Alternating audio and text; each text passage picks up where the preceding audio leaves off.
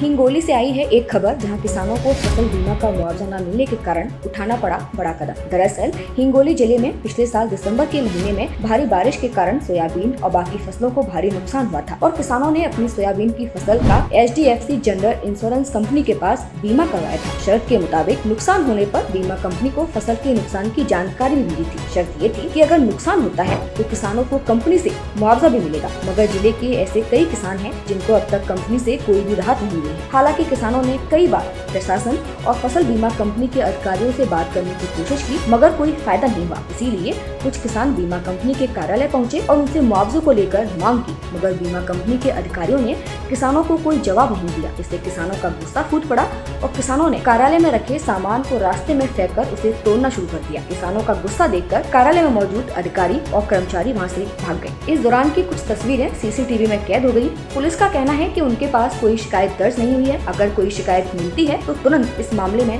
कार्रवाई की जाएगी। ये CCTV फुटेज 6 तारीख की है, मगर अब तक कोई सुनवाई न होने के कारण फसल बीमा को लेकर हिंगोली में आज भी किसानों का प्रदर्शन जारी है। अब किसान हिंगोली जिले के कृषि अधिकारी के दफ्तर में बैठकर धरना दे रहे हैं। किसानों का कहना है कि सरकार ने 1 रुपए में हमारी फसलों का बीमा करवा लिया था, मगर हमें अब तक न खरीद के नुकसान का बीमा मिला और न ही रबी में हुए नुकसान का। जी, हम यहाँ हमारे यहाँ के हजारों किसान जो हमारे पीक बीमा का जो मुआवजा है तो पीक बीमा कंपनी देने को तैयार नहीं।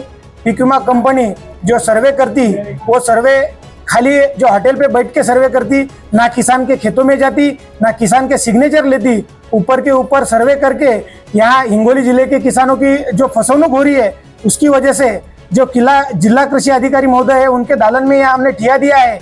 हमारी एक स्पष्ट मांग है, एक तो हमारे जो किसान वंचित है उनको पीक बीमा के जो कई मुआवजा है वो आप तुरंत किसान के खाते में दर्ज कीजिए, वरना जो हमने जो यहाँ ठिया दिया है वो हमारा ठिया बेमुदत हो जाएगा।